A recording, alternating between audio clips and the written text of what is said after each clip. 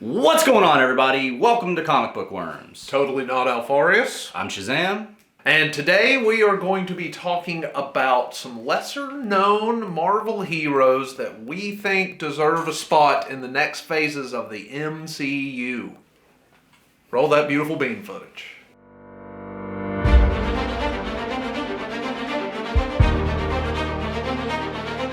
Over these last 20 some odd movies, the MCU has done a fantastic job at bringing some of the lesser known heroes to the forefront.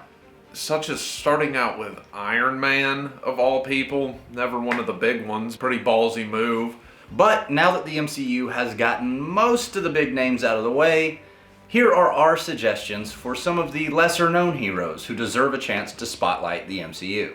Up first is Squirrel Girl, Doreen Green. That was some bold stuff, Furball. It's what I do. Eat nuts and kick butts. She could fill a much needed little niche role as comedic relief in the MCU and could potentially be a more kid-friendly PG-13 Deadpool kind of thing, breaking the fourth wall and such. Squirrel Girl has the ability to talk to squirrels. She has superhuman strength, speed, reflexes, and a prehensile squirrel tail. She has also been seen taking down some pretty high-profile villains. Thanos the Mad Titan, the Devourer of Worlds Galactus, and the ever-lovable Doctor Doom, all off-screen. Doctor Doom would never be bested by a rodent. Galactus survived a big bang, but Squirrel Girl was just too much for him. Squirrels in space. Next up is Ka-zar.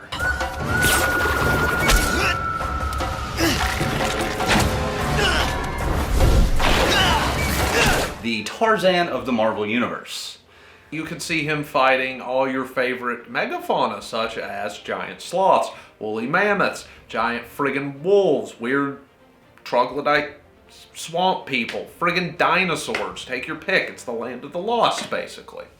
The reason we think Ka-zar would be an awesome addition to the MCU is because of the environment that would come with him.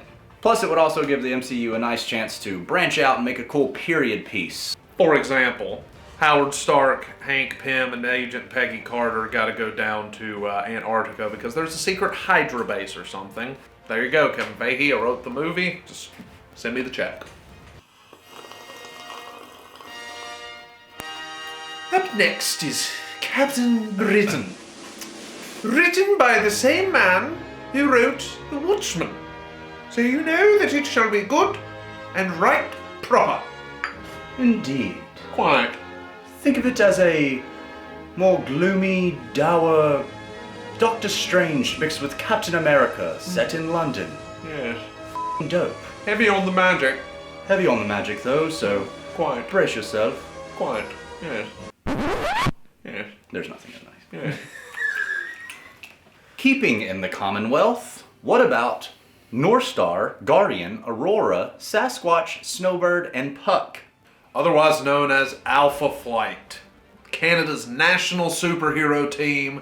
Their answer to the Avengers or the X-Men. They lean really hard into the Canada theme. What's that about, eh? Figured it out.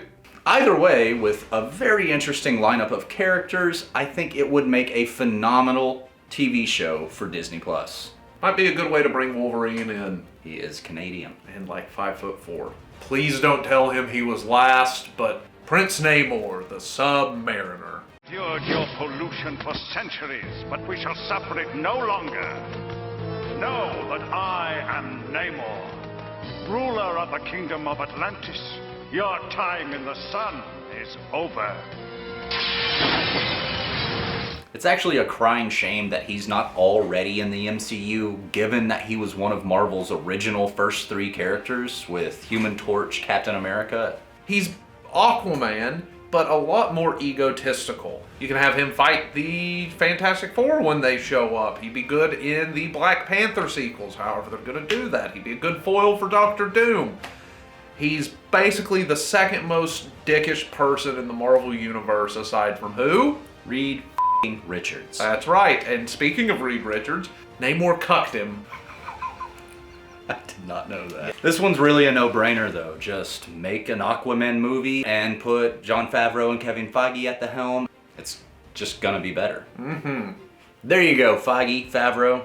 We did your job for you. Cough over the checks. Now, comic book worms, let me ask you something. 10, 15 years ago, do you think we would be having this conversation seriously? That's really a testament to the wonders Marvel has been able to do by reestablishing their brand and getting all their big heroes out of the way and knocking them all out of the park, so that now we can have these conversations about their tertiary characters. It's almost as if anything Feige and Favreau touch at this point is just guaranteed to be a huge f***ing hit. There are plenty of heroes we left off this list. Go ahead and let us know in the comments below some of your favorite heroes you think deserve to be part of the MCU. Be sure to give us a like and subscribe down below. Hit that little bell button. Here's a video that YouTube recommends for you. Here's a video that we think you might like. Bye!